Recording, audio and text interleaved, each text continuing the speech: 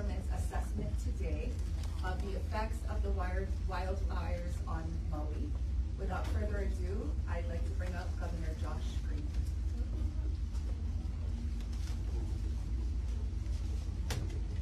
Aloha, friends.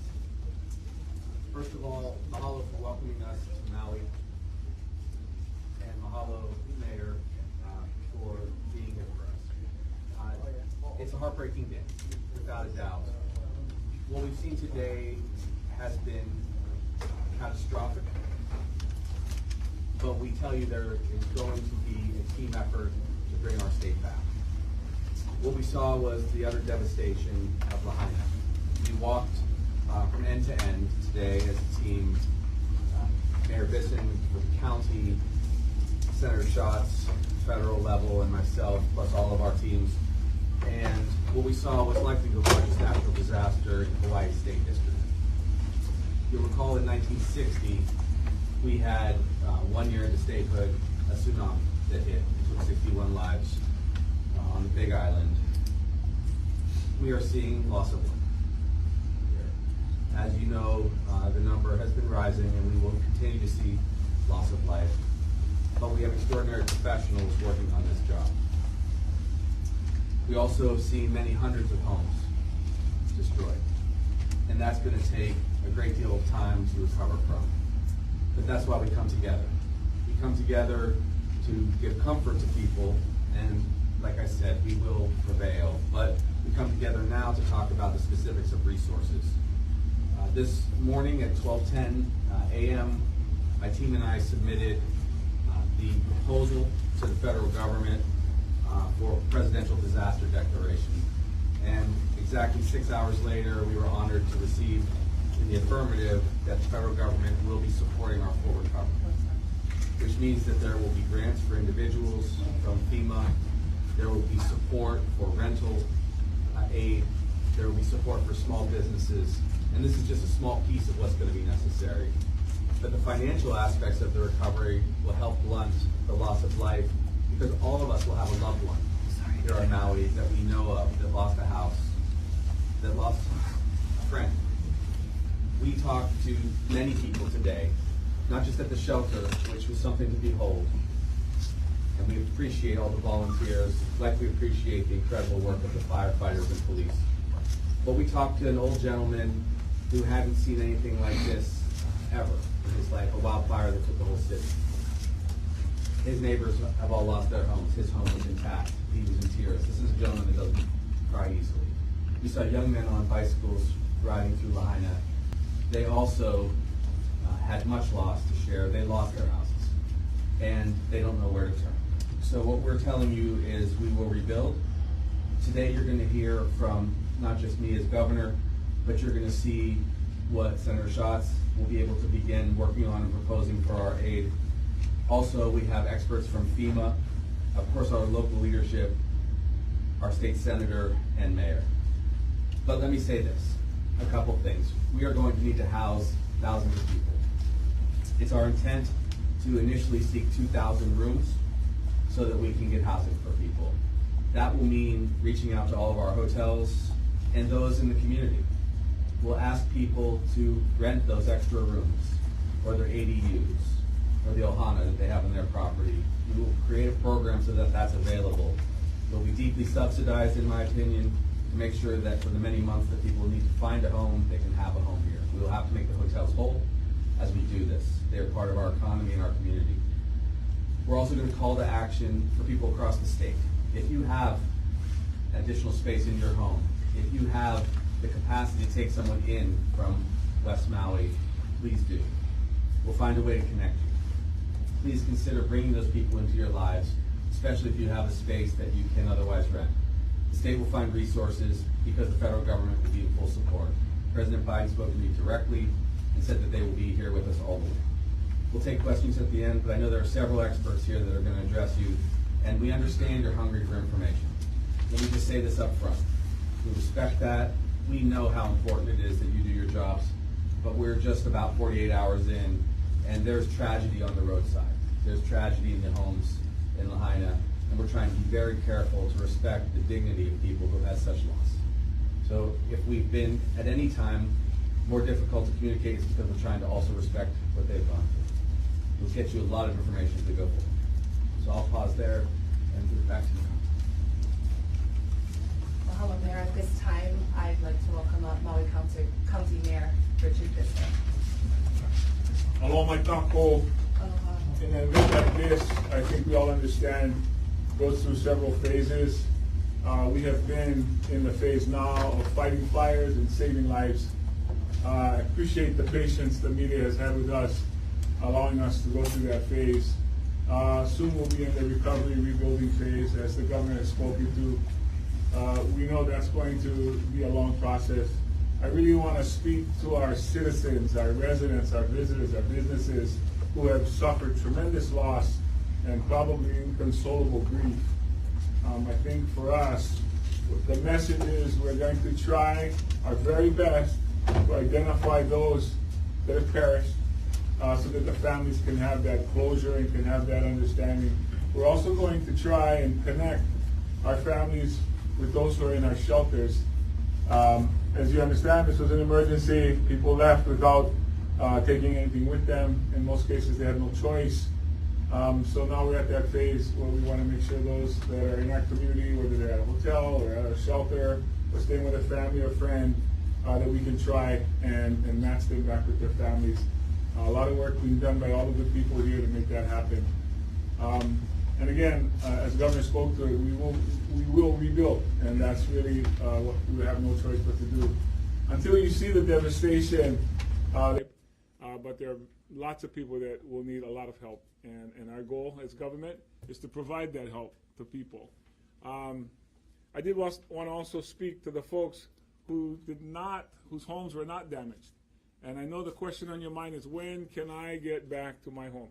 Just as soon as we can try to provide the certainty that we have recovered those that have perished. And that's really our goal right now. We're hoping to find people that might just be injured. A lot of time has passed since the incident, so we're still in that phase. But please allow us to complete this process before we allow people back into the homes. There's no power, there's no water back on the west side either. So those are both things we're trying to restore as well. We also want to make sure we can provide enough shelter space at our shelters for folks. We're kind of at the limits in some of the central Maui ones, and we'll have to be creative with our team after this to try to get more for folks out on the west side. So we're very cognizant of the main things that people want to know. Where's my family member? When can I move back to my home? And what's the long-term plan? I mostly, however, want to thank all the partners, the allies that we have in our federal government, our state government, our fellow county government support, and of course, our public. Your patience, your vigilance, we continue to ask for. Thank you. Hello, Mayor. I'd now like to bring up U.S. Representative Brian Schatz. Senator. It's fine, it's fine. U.S. Senator Brian Schatz. No, I lost that race. Aloha, everybody. I just have a couple of things to say. First of all, we are unified. From the federal to the state to the county government, and especially including the community. We were fortunate enough to be in the Emergency Operating Center, and I've been in a lot of EOCs, and I have never seen such an extraordinary group of individuals who are professionally and personally dedicated to disaster response and, of course, recovery. And so many people have so many personal relationships that they're kind of managing having to be a first responder but also worry about their own families. And so we all want to thank them. But Josh got a call from the president. I just got a call from the vice president. Leader Schumer called and assured me that he was going to do everything he could in terms of a disaster supplemental funding bill. And one of the best pieces of news, which was fortuitous this week, is that Bob Fenton from Region 9, who has been a longtime friend of Hawaii through FEMA, through other wildfires, through volcanic eruptions, through floods and tropical storms, is here and is one of the most knowledgeable people on disaster response and recovery that you could possibly get. And he's here physically with us, walked Front Street, has done all of it, and is going to stay for the duration, even as the FEMA administrator, I think, arrives tomorrow evening. So we are united. We are not underestimating the task in front of us in the next couple of days and couple of weeks, but also a couple of years. This is going to be a long period of recovery, but we will rebuild.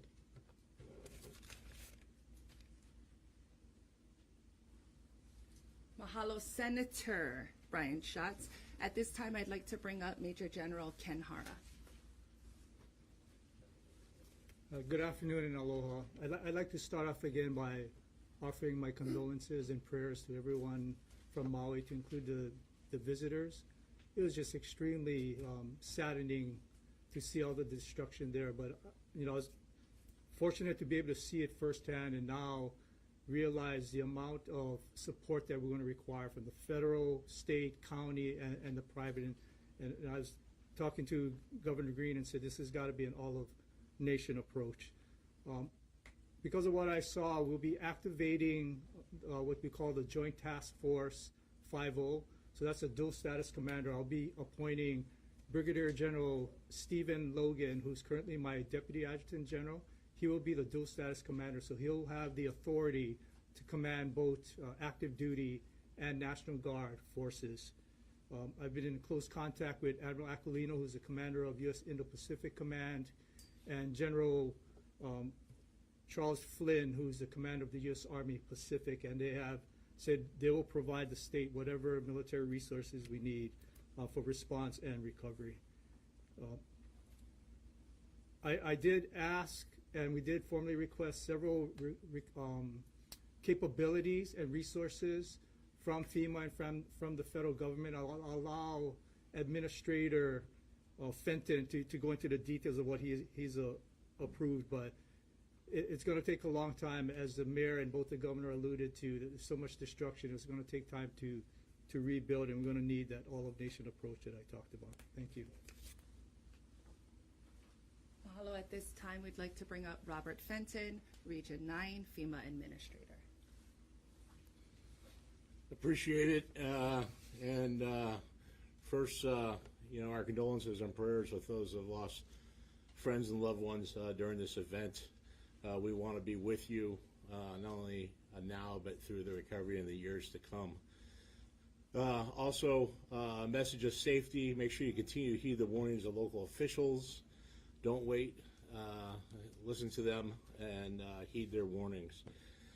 As all the speakers before me talked about, is unity of effort. I just like to say one team, one fight.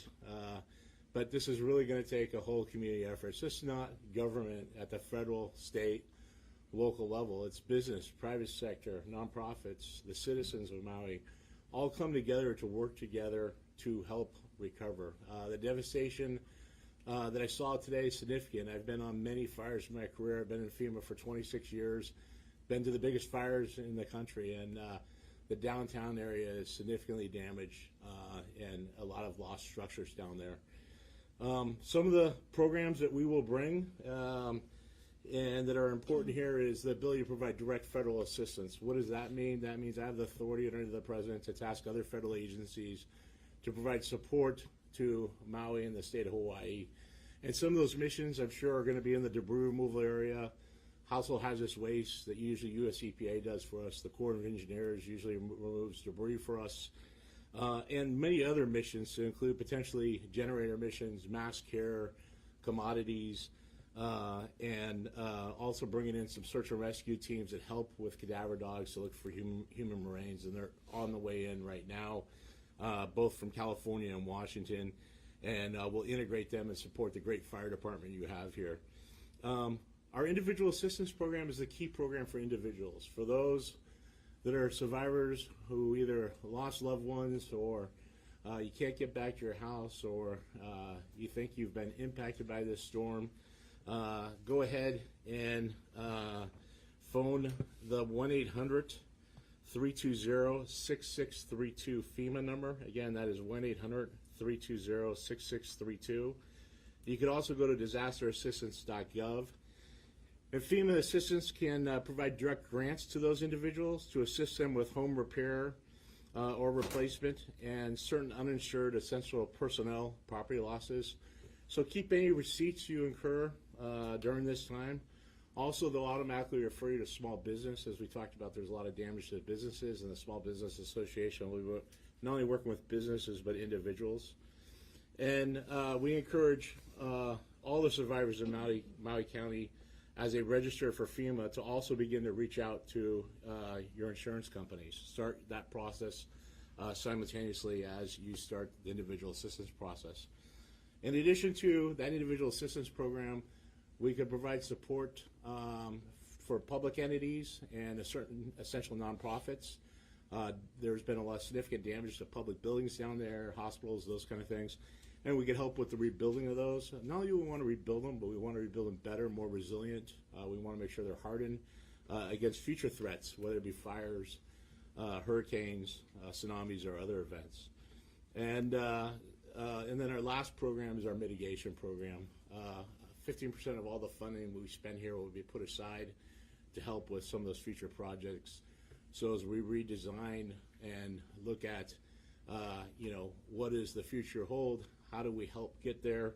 Those funds can be drawn on along with other federal agencies, and we'll make sure we have a long-term recovery coordinator here to help Maui, the state of Hawaii, to help rebuild those areas. For individual assistance at disasterassistance.gov and 1-800-320-6632. Thank you. We'd now like to bring up Senator Lindsey Coit. Aloha mai kako. I'll make this really fast. As you know, we have tried to bring in every resource that we have, that we can. What we're trying to do is notice that our heartfelt condolences, our prayers, our love to Ohana, your family goes out. As our phones have been filled very heavily, not just here in Maui, as we all went into the center this morning, I can tell you that you guys have a team on the ground that is working hard, fast, and swift. FEMA here, Governor has done everything as far as the traditional delegation, the military. I can tell you that working through Honolulu at the Convention Center as we start to move people out and receiving people on the other end through HDA, Dr. Tokioka has been a huge support, and his team. It's not just about tourism here, it's about the residents also as we help to assist them. We've heard the outreach. I ask that for those of you who can help each other, please help each other in time of need. We know that there's a lot of emotional trauma going on. I want to just thank everybody that has supported. We have much funds, supplies coming in, the groups, the businesses that have going on. I want to just thank everybody that has supported. We have much funds, supplies coming in, the groups, the businesses that have been affected. These are the businesses that are standing there strong. Across the world, we are getting calls just to help with housing, funds, and it is just unbelievable. But our priority here is Maui at this time. It's the people of Maui. It's to support the mayor. I do want to iterate, social media has killed us a lot. A lot of the information going out has been misinformation, which is why the team from governor down to military has pushed clarification to the mayor's office. Please, those numbers and stuff that might come out, it comes to the mayor's office. We're here to support the county, the mayor, his team on the ground, and mahalo for being here, and mahalo for helping us get the word out, and God bless our families. Take care. Mahalo, Senator DeCoit. I'd like to now bring up Fire Chief Brad Ventura.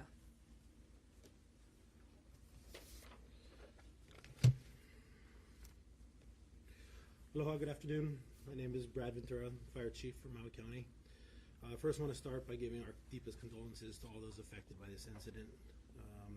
It's affected a lot of us personally, members of our community, our families, and our department. So our hearts go out to all of them. Give you a little bit of background of how the day unfolded Tuesday. Our firefighters are faced with multiple large wildfires beginning just after midnight Tuesday morning. These firefighters are compounded by extreme winds that we're all aware of. The first fire up in Upper Makwa burned about 675 acres. By 11 o'clock in the morning, that's when the Lahaina fire began. It was fueled by gusts up to 60 miles an hour. Some even reported up to 80 miles an hour, but we saw up to 60 miles an hour in the localized area. Redirected resources from many parts of the island to respond to the Lahaina area. And around noon, an additional fire started in Kula, and that spurred evacuations of Kulalani Circle, Kulamanu in that afternoon, and resources were also directed up there. Around 6 p.m., a fourth wildfire started that afternoon on Pulehu Road down in the Central Valley. That burned several hundred acres, and again, resources had to be directed, and decisions had to be made to triage what was most important at the time. So that fire was left with less resources. As of yesterday, it burned 675.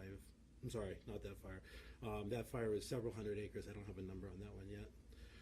What we want to share with the community is that none of the fires are 100% contained right now, and there's still active fire in all of those areas that I've discussed. Additionally, we've had many small fires in between these large fires, and with the current weather pattern that we're facing, we still have the potential for rapid fire behavior. And so we just want to make sure people stay out of the area, stay diligent. If they see smoke and flames, please call 911. We've stood up our incident management team to manage our resources within our department that are focused mostly on containing all of these emergencies right now and stopping them from growing. Our department has received both state and federal support and resources that are on the way, some landing right now.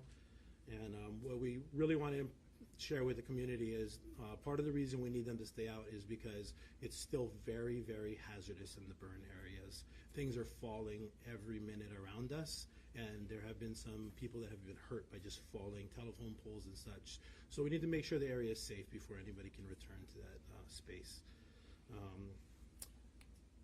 That's all the comments I have for now. Thank you.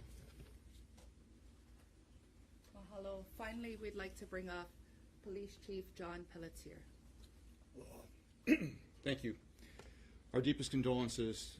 It can't be stated enough because we don't know how many people we have dead. When this is all said and done, we just don't know. I have to say thank you to the incredible work of the men and women of the Maui Police Department that day in and day out do an incredible job. I have call takers that are answering calls knowing that on the other end we don't have the answers for their loved ones. And I've got officers that are doing everything they can to stand with our firefighters to make sure that this is the safest community possible, because right now we have a scar on the face of Maui that will be here for a very long time. We know that scars heal in time, but they always remain. We need three things from the community right now. We need your patience, we need your prayers, and we need your perseverance. Understand this. Lahaina Town is hallowed sacred ground right now because our iwi are in that ground. We have to get them out. We will get them out as fast as we can, but I need your patience while we do this. I know you need to get out there. I know that you guys don't have some of the supplies, you don't have power. But we have to respect the fact that we've got loved ones in that earth, and we've got to do the right thing and get them out the right way. That's going to take time. I'll get the road open as fast as I can, but I have to do it safely. As we move forward, I need you to know this. This community is unlike any other. This is one team, one fight. We do have the state, the local, the federal resources here. That flag is red, white, and blue. That flag is red, white, and blue. All of us bleed red. We are here to be with you in this time of need. We are Maui strong. We will get through this. We will be better. We will make this the safest, best community possible. And we need you to understand right now, we need your help more than ever. God bless you. God bless Maui. God bless Hawaii. Mahalo nui. At this time, we'd like to entertain questions from the media present. I'd like to ask for your respectful kokua as we go through that process. I'm going to limit initially to one question per meeting. I'll respond accordingly. I will start here. Hi, I'm Stuart Yerton with Civil Beat. I have a question. How much and how long, both for public and private repair and recovery?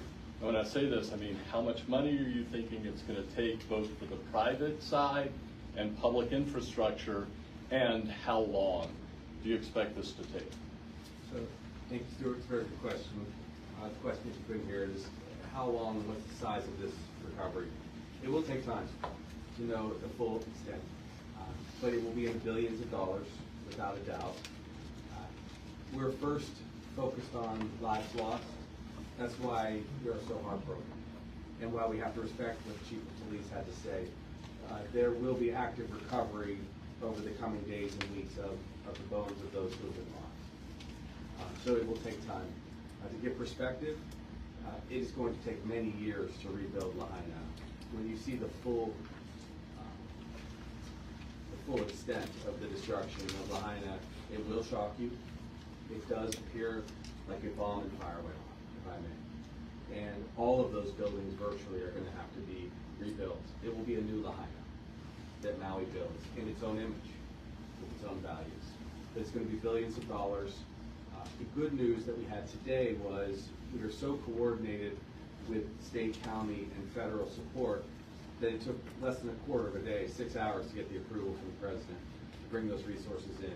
I think what I'll do is I will ask Bob to kind of give you an idea of how, in general, can't speak yet to how fast the dollars will come to our residents, but in general, what happens when FEMA gets that kind of designation.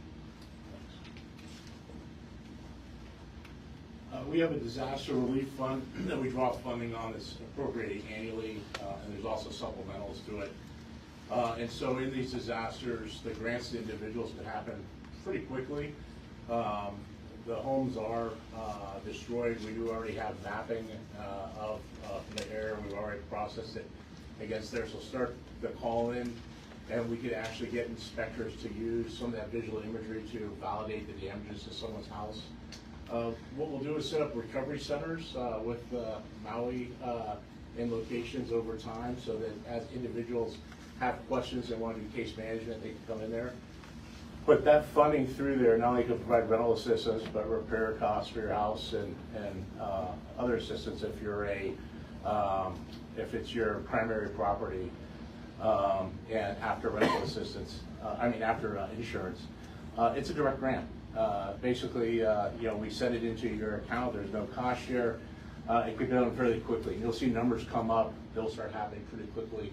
Probably over the next week, you'll see dollars going out on the street pretty quickly. We'll bring in individuals that will go out, and for those that maybe can't register or have difficulty registering over the internet, we will go ahead and try to come to you. We have people who go out the field, palm pads. They'll look for you. We'll go to the shelters. We'll go to other locations and try to help them. As far as public assistance, it's primarily a reimbursement, and so as the county and the state spend funds, we reimburse those costs. That also could happen pretty quickly. The direct federal assistance I talked about is us doing the work. So when we talk about the debris mission, which may be a very large mission there, and I've done them in California before for big fires like this, where I've seen structures on this neighborhood, this magnitude destroyed. It's taken us months to a year to finish the debris mission, just to give you an idea, depending on the number of structures, the amount of concrete that's been removed, the number of structures that didn't come down. And those missions have cost in the past anywhere from hundreds of millions of dollars to $1 billion, depending on how much landfill space you have, where do we recycle stuff at, do we have to take it off island? There's all these questions that we got to start working through right now. That's directly the federal government doing it, and we're doing it in support, in coordination of the county and the state. So, and then what we'll do is our mitigation funding is as we identify projects, we provide grants that people can apply for, public entities can apply for those grants over time. And that'll probably really happen a year to 18 months down the timeline once you really start identifying what the master plan is, how you're rebuilding, what do we need to mitigate. So a lot of our funding could be directly given, especially to individuals. That's why I say start with that registration process. Go to disasterassistance.gov, download the FEMA app, go to the 1-800 number, and start that. It can be pretty quickly to get money in your pocket, especially if you need money to cover costs you're spending, especially if you need some rental assistance. And then we're going to figure out through case management what other types of forms of programs we need to bring in here. There may be unique programs that meet your needs that we need to either bring that we used before, or new ones we need to develop that's specific to the uniqueness and culture out here on We're going to add,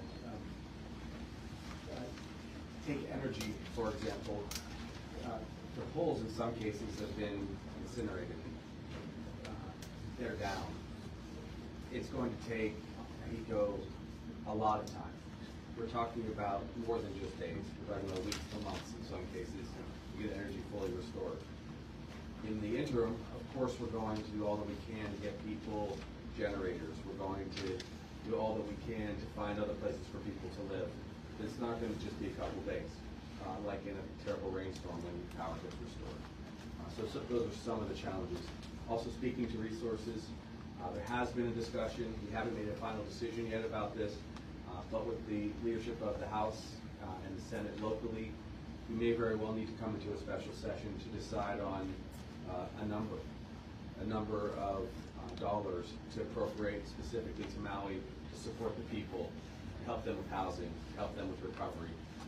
You do recall that when we had flooding in the past, we appropriated over $100 million to directly support our people. And that's why we have rainy day funds. The legislature this year alone set aside $500 million, and there was already $1 billion of resource that was for emergency. This is the greatest emergency we've seen in decades. Hello, next. Thomas Heaton, Civil Beat for the Governor. Yesterday, Lieutenant Governor Luke said, quote, "We never anticipated in this state that a hurricane which did not make impact on our islands will cause this type of wildfires." A similar phenomenon occurred during Hurricane Lane in 2018, and experts have been warning of the increasing dangers of wildfires in Hawaii for a number of years. My question is, after Hurricane Lane, did the state make any changes, or did it prepare for this kind of scenario going in the future from there? We've never experienced a wildfire that affected a city like this before, so this is something that we have not experienced before. We have experienced wildfires across the state, and they've been tragic, but usually tragic in open space. This was, of course, a shock to see a hurricane and its winds and the trade winds cause collateral damage, which was the spread of fire. I think that we're seeing this for the first time in many different parts of the world, where we see fires from California to Colorado. I would comment that I've been contacted by several governors across the country to share their experiences. It is difficult now in a time where global warming is combined with strengthening storms and drought. That is difficult for us. I think that the tragedy would have been very difficult to anticipate, especially as it came in the night with high winds. But that does not mean that we won't do everything we can in the future to stop this. Our administration, which is just 6 months in, has begun to assess all of our safety, and this has been the hardest experience to factor into that. I do think that as we rebuild, we'll have to take into consideration a lot more fire safety. We are short on a lot of resources across the state, and that means we're short on helicopters and we're short on personnel. It's difficult to find enough resources to pay firefighters and police adequately to get them into the discipline. So it's always a challenge in the islands. But this is going to be a priority. Climate change is here and it's affecting the islands. And I think that's what we're seeing with this fire.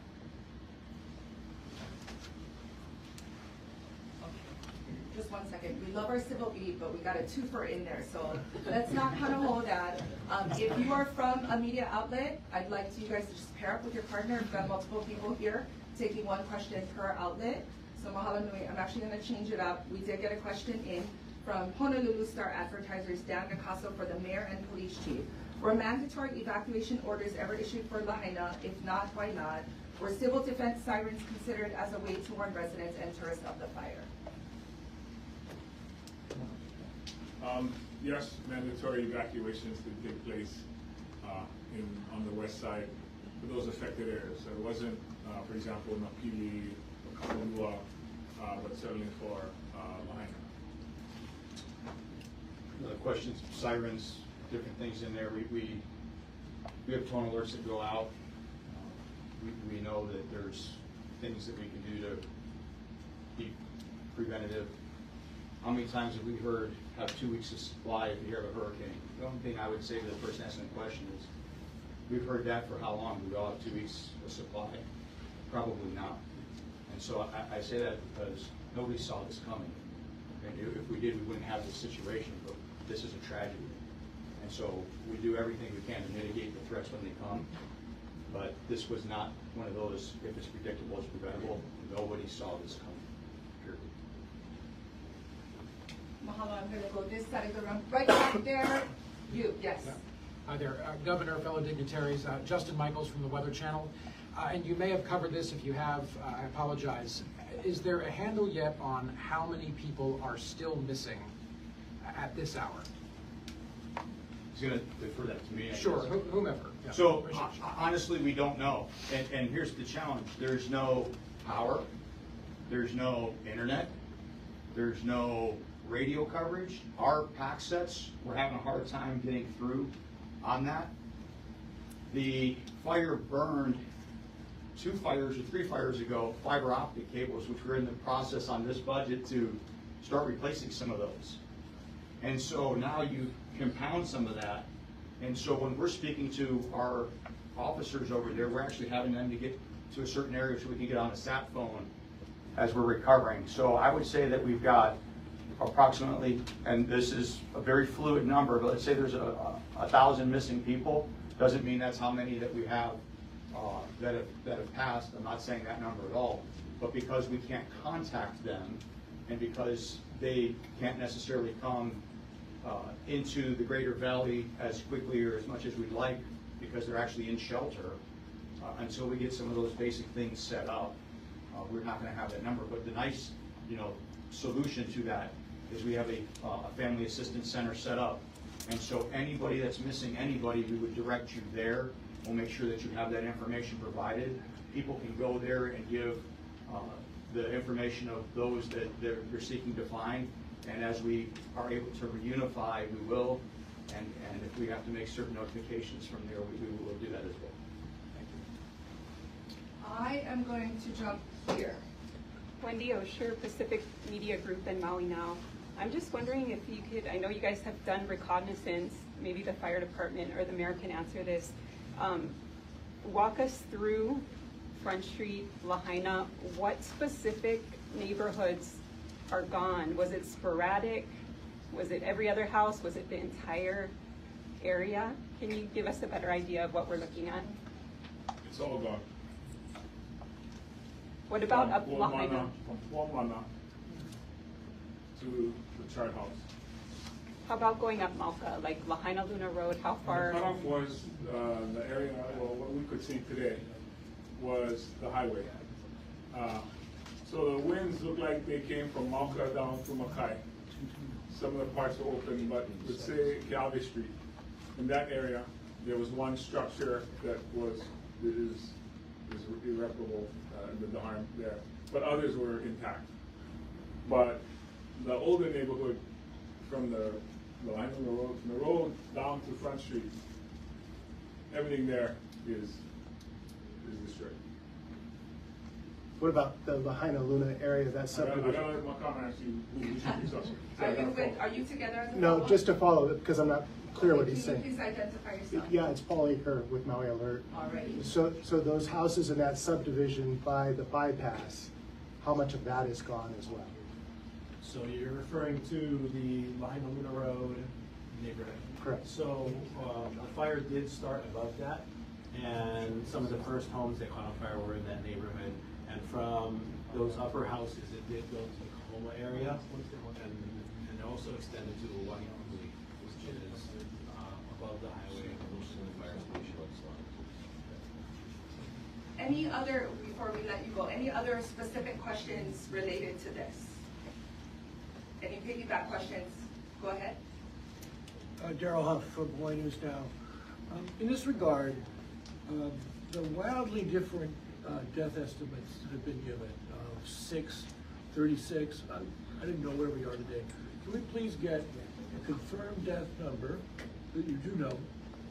And number 2, where are the maps, and can people see these maps that they've used to identify the structures? Because we've also had widely disparate estimates of how many structures have been damaged. So, you know, the public is concerned because one day they hear 271 structures. The next day, if there's public statements to thousands of structures. So what data do you have that's firm, and what is the process you're going to go through, other than trying to find all the missing people and decide if they're dead? There's a lot there that you just kind of I know, threw. but I think you understand where I'm Let me getting back at. this up. So real quick, 53 right now is confirmed. If the mayor or myself do not give you that number, it's not accurate. There's a lot of people that are in a rush to get news fast. I get it, totally get it, sensational. You want it fast or you want it right? We're gonna do it right. We're gonna take our time, we're gonna do it right. We'll get you the aerial maps when we can. When the mayor said it's all gone, it's all gone. It's all gone. It's gone. So, do I know exactly how many buildings? We'll get that. But we're gonna get it right, we're gonna get it in time. Can I just follow up? I'm gonna jump on the chief. If you just wanna say, the reason the numbers vary is somebody to say how many residences are gone. Well, if you got a condominium or an apartment building that has 20 units, is that a structure or is that 20 units? You decide how you wanna count that. In this case, it doesn't matter because the whole thing is gone. As a store, we're gonna count that as a structure, a home is a residence, we just wanna call everything structures. So it really depends on the way you phrase the question, that's the answer you're gonna get. But the easy part is, I'm telling you, none of it's there. It's all burnt to the ground. I absolutely understand, Mayor. The people we've been talking to out in the community are trying to discern for themselves their own personal loss. And earlier, I think someone described these maps. And I think that they would be very helpful to people to see the map. They know whether their relative lived next to a condo or in a condo or down the street. But let's see the map. You know, and then maybe that would help you, because people will call and say, I know grandma was in that map. I think you should look at her house. It's just a matter of public information flowing back and forth to help you out. And that's why I'm wondering why that public information has not been coming in such a way that it can help the people help you. Thank you, Daryl. Go ahead. I wanted to just clarify, 53, Paula Ramon. Sorry, name and organization. Paula Ramon, ASP. I wanted to clarify, 53 people died in Lahaina's fire only so far. I know the number will probably rise. And also, do you have an estimate how many people are still trapped in there? So 53 confirmed in the Lahaina town, the greater Lahaina town that we're referring to. So far we've recovered 53 confirmed. I do not know, and that's the issue. And so because of the assistance of FEMA, we've got some of the professionals coming in that have done these things in the past, some of the equipment, because realize this, right now we've got Maui Search and Rescue, we've got the police department, we've got some folks from the National Guard. My cops answer calls for service. They go chase bad guys, they go build cases. We don't normally, if it's a crisis, I understand that, go into buildings and pull out, you know, some of the bodies. So we got to do it as safely and as possible as we can. So we know at this point we're going to need to do that. But we've got to do it slow and methodical, because we've got to make sure that we respect everything and we bring everybody to the resting place the right way. And so therein lies part of the issue. So it's 53, it is rising. I do not know what the final number is going to be. And it's going to be horrible and tragic when we get that number. Because every one of us, it's not 53, it's 53 families, friends, it's a community. And so the amount of loss is incredible, and it's going to be devastating. I'm going to go right back here in this corner. Bridget Namata, KHON. This question is for Mayor Bisson. Mayor, quite a few Maui residents and visitors, particularly the ones that have been sleeping on their car on the entrance to Lahaina, they have said that the disaster response has been chaotic, and they're frustrated with what they say is lack of direction and lack of communication. I think they just want to hear from you. What is your message to them? We've opened several shelters. We've had to close some of them because of the fire that we didn't anticipate, for example, the Atlanta Civic Center. But what I'll say to people in their cars is they have a choice to come to the shelters or not to come to the shelters. Some people are waiting because they think the road's going to open right away, and they think the power's going to come back on, and the water's going to come back. Most of the people have no idea what happened to Linacom. So they think this is one of those situations where we'll wait it out for a couple hours like a traffic jam. I think once they find out what we all know now, they will come to the shelters. So I don't know if it's a lack of communication or if it's a personal decision that people make to wait it out. Because we do have shelters that we made available. And on the first night, there was 2,100 people there. So these 2,100 people found the communication to be adequate to show up. So the folks that didn't come, I'm going to say it was more a result of a personal choice. Even people who come to the shelters don't come inside. They stay in their cars in the parking lot. Again, a personal choice. Maybe they don't want to be around 100 or 1,000 other people. I understand all of that. I understand the human nature of this that's happening to people. Most people are still in shock. They can't even believe it. Most people want to hurry up and get back to their house. They want to see for themselves. Just like all of you are. You almost want to see it for yourselves. Is that really what happened? Are they really telling us everything that happened? We're telling everything that happened. My message to those folks is go to mauicounty.gov, which is the website that we've informed everybody to go to. It's very clear, it's very explicit. You can go to the one closest to where you live if you're up country, or you can come to one in central Maui. We had to close 2 of them in the west side because one it was temporary, and the other is because the fire came up to it. So we had to readjust. I just want to say one other thing while I'm here, because I think this is what's also repeating or saying.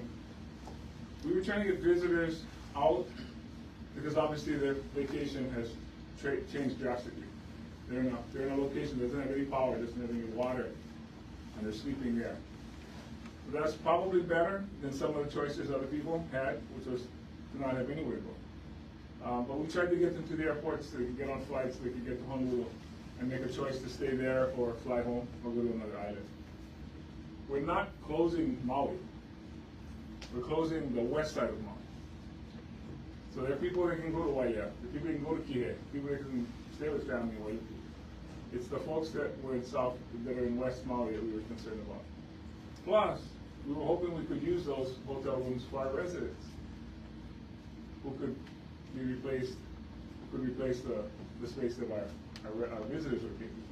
So, I mean, that's the best I can guess, because I don't know why people stayed there, but I don't think it was for a lack of information. And hopefully today, we will be able to release a large volume of pictures and video from this site. And so I want to share very openly, it will shock you how much damage, the way things burn to just their base, cars, trucks, buildings. There's no way anyone could stay in that space or be in that space. The lines, all of the infrastructure is gone. So we'll share extensive photos, and that will help, I think, people understand fully the full scope of the disaster that the mayor and the police chief and the fire chief had to deal with. Plus, of course, the evacuation of thousands of visitors to find space, either like make sure they're on planes or even the convention center as it's set up. But it's a profound change of landscape. Mahalo, I'm going to take you right here. Okay, thank you. I'm Jill Cowan. I'm with the New York Times. I wanted to ask a little bit more about the evacuation orders. You mentioned, Mayor, mandatory evacuation orders. We've been hearing from residents that some on the west side were told late in, I guess, Tuesday afternoon to shelter in place. We've also heard that there was no emergency warning from early in the morning on that Tuesday to the afternoon. So I'm hoping somebody can kind of walk through in as much detail as possible when alerts went out, who they went to, what the thinking was to either tell people to shelter in place or to leave if they could, and yeah, just sort of what the thinking was, and if you do things a little differently now, or you know, just sort of what the timeline was. That's been a source, I think, of a little bit of confusion just in our reporting. We've been hearing different things from different folks. I'm going to guess that the person you spoke to was a visitor. We spoke to a lot of people, including residents. Let me explain. Yeah. You spoke to a visitor if they were asked to shelter in place. Okay. Because all of the hotels were asked to shelter in place. Now, did people want to stay there? No, they wanted to get out. They wanted to get out of Lahaina. And we asked them not to because we were trying to get emergency vehicles into Lahaina and not have this bottleneck. You couldn't get out, if you're familiar with Lahaina, you couldn't get out to go towards Waiuku or go to the airport. That road was closed. There were 29 poles that fell on our roads. 29 of the power poles were down, and they were still energized. So you couldn't go out. So the only other way to go out, if you're familiar with Maui, is Kahapaloa, which is a one-lane highway in most places, which is why that was a bottleneck. So yes, people were asked to stay in their hotels and not leave. The residents were evacuated. Those are the folks that we took out of there. Now, I don't know if were they the taken alarm, I don't know if the alarms went off or if they were burnt. I can't tell you that because I wasn't in Lahaina. But I'm going to just confirm that if you were at one of the hotels in Kaanapali, because the fires were not there, people were asked to stay there, but people still tried to get out. They didn't want to stay there. They weren't listening to what we were asking them to do. But I don't know about the alarms, how they went. I'll just add. Cell alerts, you know, whatever the different modes were. So our department is not responsible for that. So I'll just speak to what we're responsible for it. The fire that day moved so quickly that from where it started in the brush to where it moved into the neighborhood, communications back to those who make those notifications were physically and nearly impossible. I'm sorry, which department is it? Emergency management Okay. agency is responsible for that. So I don't, because the notifications are done localized cell phone towers and such, there could have been some of those that were out, like the cell phone services out right now. But all I can tell you is what we experienced was such a fast moving fire through the neighborhood that the initial neighborhood that caught fire, they were basically self-evacuating with fairly little notice. And then that's when we anticipate seeing most of our people.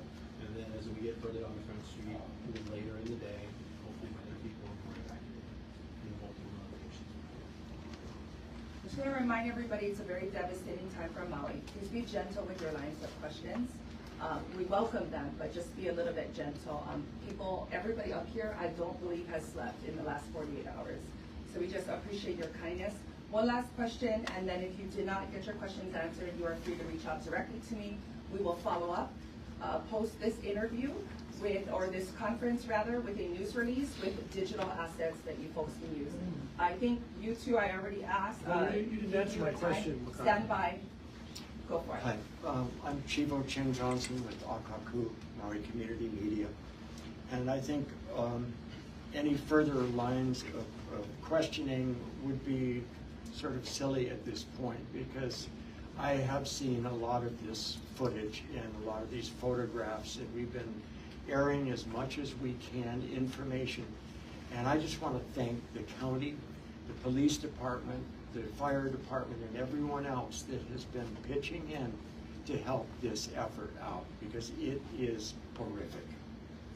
And my heart goes out to all of the people that have suffered way greater than anyone else. Thank you. I just want to say we're going to do regular media updates every day at 9 a.m., at noon, and at 3 p.m. We're going to try to use this room unless it's unavailable, in which case we will have to find another location. Actually, it's radio.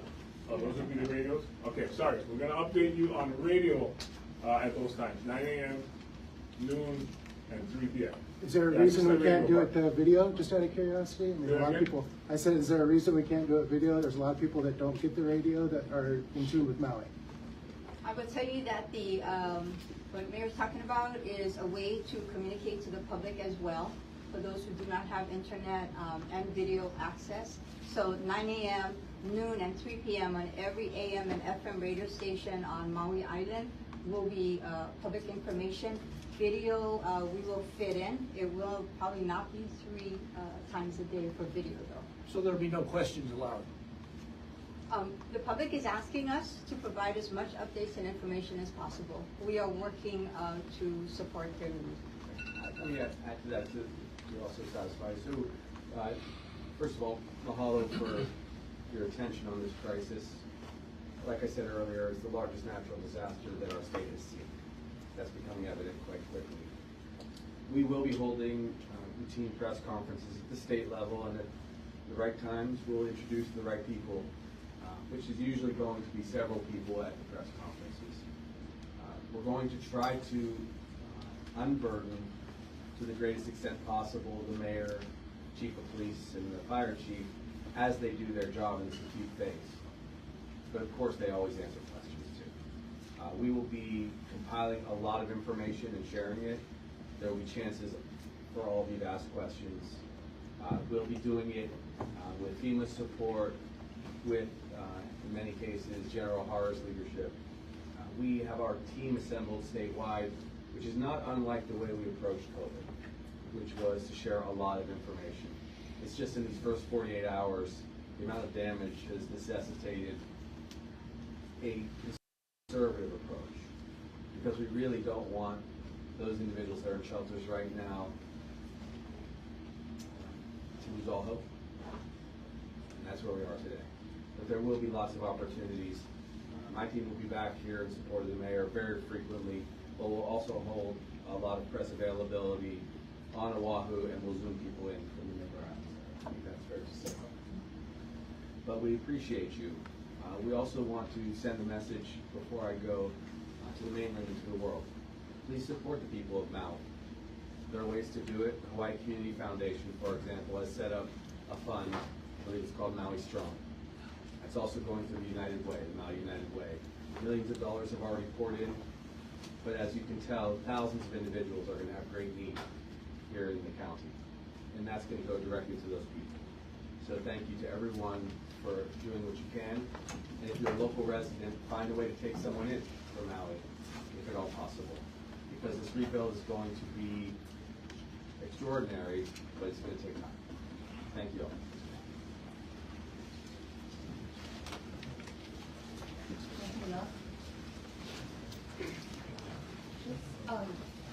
As you folks are sort of breaking down, as a quick side, so this is not, I'm not a news conference, you don't have to film me. This is a sidebar as you guys break down, a gentle reminder. Those of you that are on island, please know this is Mahina.